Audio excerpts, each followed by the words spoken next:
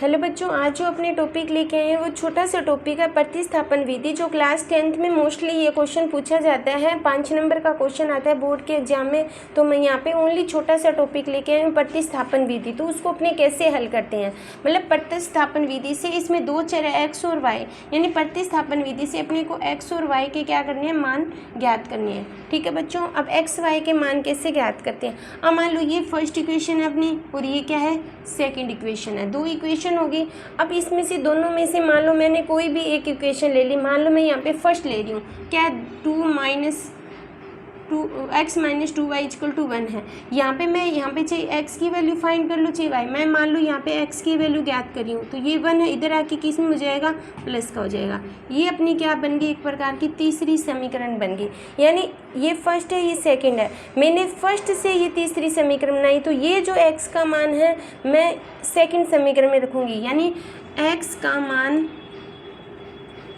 समीकरण 2 में रखने पर, समीकरण 2 में रखने पर, यानी जिससे मैंने ज्ञात किया है उसमें नहीं रखूँगी, उसके अलावा जो अपनी इक्वेशन बची है उसमें रखेंगे। मान लो यहाँ से मैंने फर्स्ट इक्वेशन से ये मैंने थर्ड इक्वेशन बनाई, तो ये जो मान है मैं इसमें रखूँगी। सेकंड इक्वेशन क्या है, 2x + y = क्या हो गया, 2। 2x की जगह मैंने यहाँ पे मान रखा, x की जगह 1 + 2y रखा, = y = कितना हो गया अपना 2। 2 को 1 से किया 2, 2 को 2 से किया 4y + y = क्या हो गया, 2 हो गया। ठीक है बच्चों, ये कितने y हो गए, 5y। ये इधर आके माइनस हो गया, तो 5y = 0। तो y की वैल्यू कितनी आ गई अपनी, 0। यानी y की वैल्यू है वो अपना यहाँ पे कितना आ गया, 0 आ गया।